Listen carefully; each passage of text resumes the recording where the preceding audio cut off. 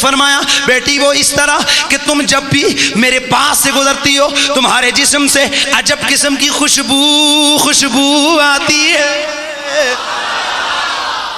بیٹی مجھے معلوم ہو گیا ہے کہ تم نے عطر لگانا شروع کر دی ہے، سوگ منانا ترک کیا ہے۔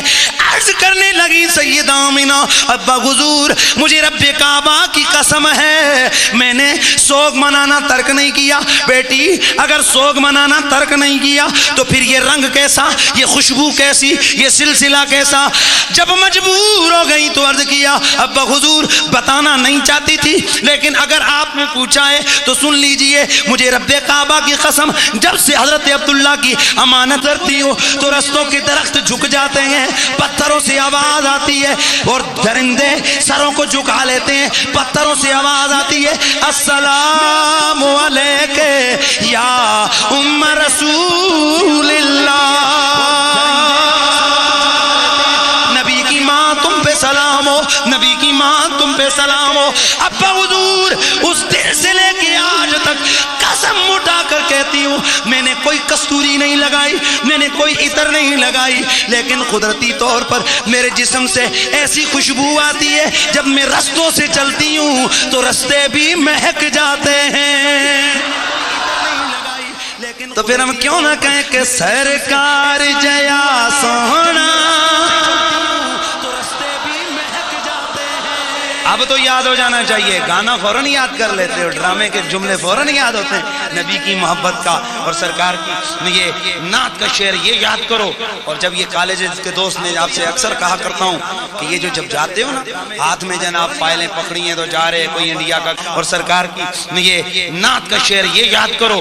اور جب یہ کالج کے دوست نے آپ سے اکثر کہا کرتا ہوں کہ یہ جو جب جاتے ہو نا ہاتھ میں جناب فائلیں پکڑی ہیں تو جا رہے کوئی انڈیا کا گانا، صبح صبح ناشتہ ہو رہا ہے نا، اٹھو غسل خانے میں جاؤ، وضو میں جاؤ تو جناب سیٹیاں بج رہی ہیں، اور وہ میں چاہتا ہوں میلاد کے صدقے ایسا ذرا دستور بناؤ نا کہ جیسے ہی آنکھ کھلے تو زبان پہ یہ آواز، یہ ساز، یہ انداز جاری ہو۔ کیا سرکار جیا سونا آیا ہے نا، بولو سرکار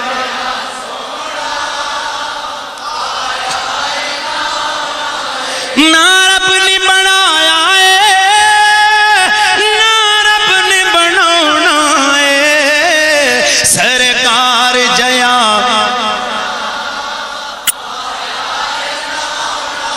اور ایک بات اور سن لیجئے، میری مائیں بہنیں بھی اس گفتگو کو سن رہی ہیں واسطے کے ذریعے، تو میں ان کی طرف یہ پیغام دینا چاہوں گا کہ آج یہ قوم بگڑ کیوں گئی؟ اس لیے کہ اس قوم کی لوریاں بدل گئی ہیں۔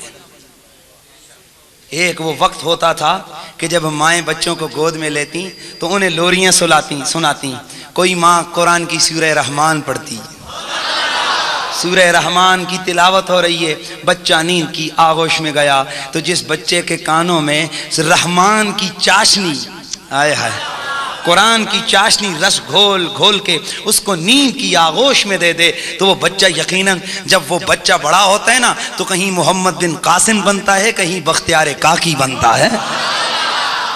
حضرت خواجہ بختیار کاکی جب آپ کی ولادت ہوئی اس کے بعد آپ بچپنے میں استاد کی بارگاہ میں آپ کو بھیجا گیا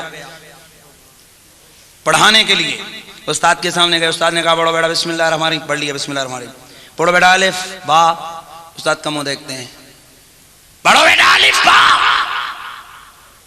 پڑھو بیٹا الف با، جب غصہ کیا نا تو کہا اچھا پڑھتا ہوں، سبحان الذی اسری بعبدہ لیلا من المسجد الحرام الی المسجد الاقصی۔ استاد تو پریشان ہو گیا، یہ کیا کہاں پڑھا؟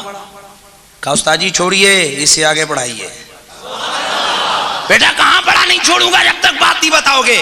عرض کیا استاد جی میری والدہ 15 پاروں کی حافظہ تھی، یہ 15 پارے تو سن سن کے میں نے بدن میں یاد کریے ہوئے ہیں، آگے کی بات کیجئے مجھے پڑھائیے۔ تو میرا بھائی جن بچوں کی لوریاں رب کا قرآن ہو نا تو وہ کبھی گستاخان رسول نہیں بن سکتے، وہ کبھی منکر دین نہیں بن سکتے، وہ کبھی ان کی سوچ انگریزی اور ہندوؤں والی نہیں ہو سکتی، ان کا طریقہ گستاخان رسول اور کافروں والا نہیں ہو سکتا۔ اللہ اکبر۔ وہ زمانہ بھی تھا۔ میں اکثر یہ کہا کرتا ہوں بھئی جو بھی یہ میلاد کی محفل ہے رسول کی یہ بات کریں گے، جو بھی کریں گے رسول کی بات کریں گے نا۔ اللہ اکبر۔